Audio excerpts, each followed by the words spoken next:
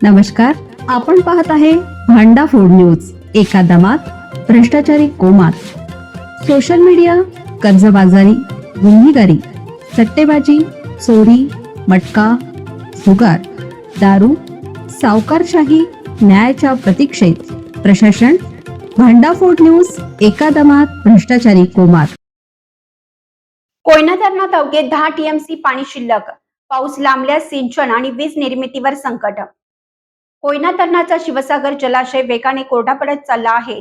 धरणात सध्या 10 टीएमसी उपयुक्त पाणीसाठा शिल्लक असून यंदा पाऊस दीर्घकाळ लांबल्यास राज्यातील सिंचनासह वीज निर्मितीवर याचा मोठा परिणाम होण्याची शक्यता वर्तवण्यात येत आहे. दरम्यान 1 जून पासून कोयना धरणाच्या नवीन तांत्रिक वर्षाला प्रारंभ झाला असून धरणावर पूर्ण नियंत्रण कक्षाची स्थापना केली आहे.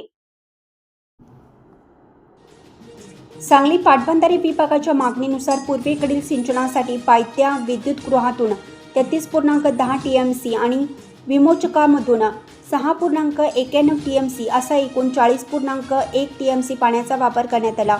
मात्र आता धरणातील पाणीसाठा अत्यंत खालावल्यामुळे पूर्वेकडील सिंचनासाठी केला जाणारा पाण्याचा विसर्ग सध्या पूर्णपणे बंद करण्यात आला आहे. कोयना धरणातून सुमारे 2000 मेगावॅट विजेची निर्मिती केली जाते.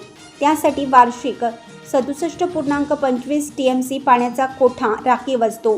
यंदा निर्धारित पाणीकोटा संपल्यामुळे मुख्य वीज निर्मिती बंद केली आहे. सध्या केवळ वीज निर्मितीचे संच कार्यान्वित ठेवण्यासाठी अत्यंत नगण्य प्रमाणात पाणी वापरून वीज तयार केली जात आहे.